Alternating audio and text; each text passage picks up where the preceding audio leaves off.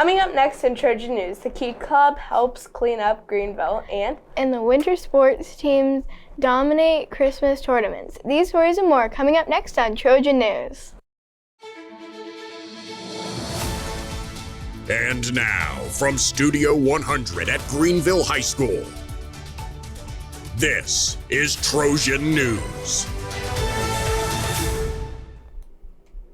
Hello and welcome to Trojan News for Monday, January 9th, 2023. I'm Lacey. And I'm Kaylee. We've reached the point of winter when everything is brown and dead. But it wasn't that long ago when the trees were filled with colorful leaves.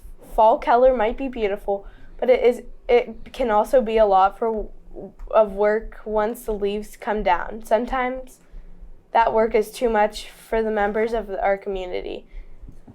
That's where the Key Club comes in. Bella Gailey has more. Greenville's Key Club participated in the annual Rake and Run on Saturday, November 5th. They gathered together early Saturday morning ready to get to work. I wanted to join an organization that I felt like was impactful in the school community and around, and I just thought Key Club would be the best way to do that. Although waking up early on your day off doesn't seem to be super enjoyable, the Rake and Run is a fun event that allows students the opportunity to spend time with friends while helping others. It's a way for us to get out there and for people to see, hey, it's not just a high school organization. We actually do stuff in the community that is impactful, and it's just a fun event. People enjoy it, they get behind it, and they show up for it. Yes, I did enjoy the Rake and Run. It was a good time to have fun and help others with my fellow classmates.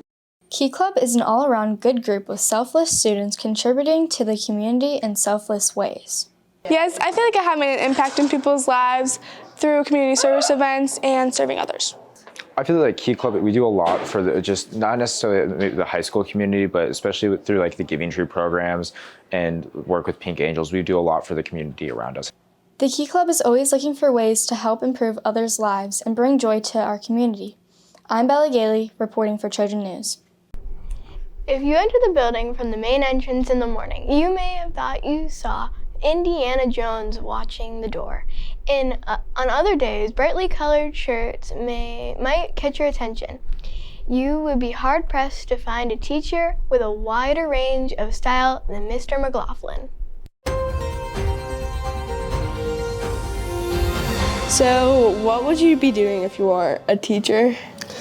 Well, before I applied to be a teacher, I was actually applying for jobs as a delivery truck driver, believe it or not. And before that, I worked at McDonald's. So, How long have you been teaching at GHS? this is my 12th year. What made you want to be a teacher? I love history, and I just love teaching history, and it's always been something I've been interested in. What's your biggest pet peeve? My biggest pet peeve is probably things being disorderly, like disorganization and things like that. Last one. What are hobbies that you enjoy? Hunting, fishing, jogging, and skateboarding. All right, back to you in the studio. The Community Foundation Scholarship application window is now open. Seniors can apply for multiple local scholarships with a single application at www.com-foundation.org. Be sure to take advantage of the many great scholarship opportunities that the Community Foundation offers. Deadline for submission is 11:59 p.m. on February 28th. As the calendar turns to January, it's a tradition to make New Year's resolutions. A resolution is typically something that you want to change or improve. We asked GHS students what their resolutions are. Here's what they said. My New Year's resolution is to not procrastinate as much.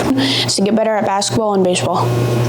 Is to organize more and consume more corn. Is to get better at football, so when I throw the ball, I don't throw an interception. What's your New Year's resolution, Kaylee? Mine is to get better with my schoolwork and get it to the teacher on time. What's yours? Good grades.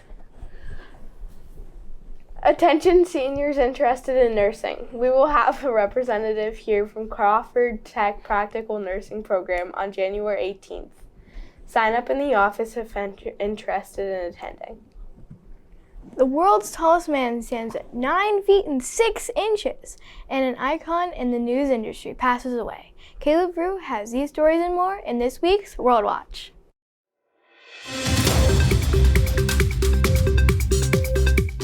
Suleimana Abdul Samed, standing at 6 foot 9 inches, could be a contender for the world's tallest person, but the only catch is that his rural clinics could not measure him.